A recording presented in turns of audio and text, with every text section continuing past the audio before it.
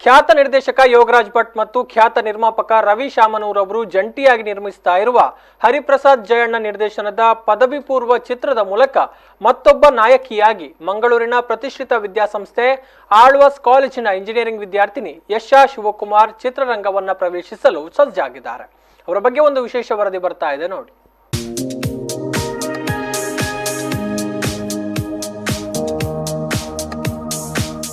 2019ರಲ್ಲಿ fashion ABCD ಸಂಸ್ಥೆ ಆಯೋಜಿಸಿದ್ದ miss Bengaluru 2019, miss Karnataka international 2019 ಹಾಗೂ ಮುಂಬೈನಲ್ಲಿ ನಡೆದ ಮಿಸ್ ಗ್ಲೋರಿ ಆಫ್ ಗ್ಯಾಲಕ್ಸಿ 2019 ಸ್ಪರ್ಧೆಗಳಲ್ಲಿ ಭಾಗವಹಿಸಿ ಗೆಲ್ಲುವ ಮೂಲಕ ಅನೇಕ ಫ್ಯಾಷನ್ ಕಿರೀಟಗಳನ್ನು ತನ್ನ ಮುಡಿಗೇರಿಸಿಕೊಂಡಿದ್ದಾರೆ.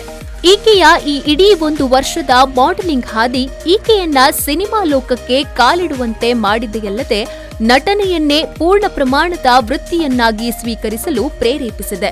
ದೃಢ ಸಂಕಲ್ಪದೊಂದಿಗೆ ಸಕಾರಾತ್ಮಕ ಮನೋಭಾವದಿಂದ ಪದವಿ ಪೂರ್ವ ಚಿತ್ರದ ಮೂಲಕ ಕನ್ನಡ ಚಲನಚಿತ್ರರಂಗದಲ್ಲಿ ತನ್ನ ಅದೃಷ್ಟ ಪರೀಕ್ಷೆಗೆ ಸಜ್ಜಾಗಿರುವ ಈ ಕಲಾವಿದೆ ಕಠಿಣ ಪರಿಶ್ರಮದ ಮೂಲಕ ಚಿತ್ರೋದ್ಯಮದಲ್ಲಿ ಏನಾದರೂ ಸಾಧಿಸಿಯೇ ತೀರುತ್ತೇನೆಂಬ ಆಶಾಭಾವ ಹೊಂದಿದ್ದಾರೆ.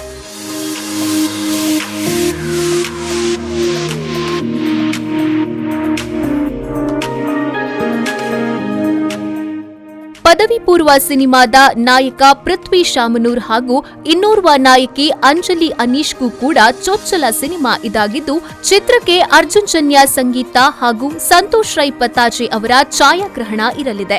ಹದಿಹರೆಯದ ಮೋಜು ಮಸ್ತಿ ಮೋಹ ಸ್ನೇಹಗಳ ಕುರಿತಾದ ಕಥೆ ಇದಾಗಿದ್ದು, ಚಿತ್ರವನ್ನ ಮಲೆನಾಡಿನ ಅತ್ಯಂತ ಸುಂದರ ತಾಣಗಳಲ್ಲಿ ಚಿತ್ರೀಕರಿಸುವ ಯೋಜನೆಯಿದೆ.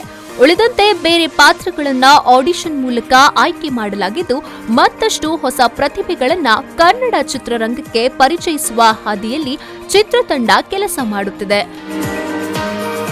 Bureau report V4 News 24/7 Mangaluru.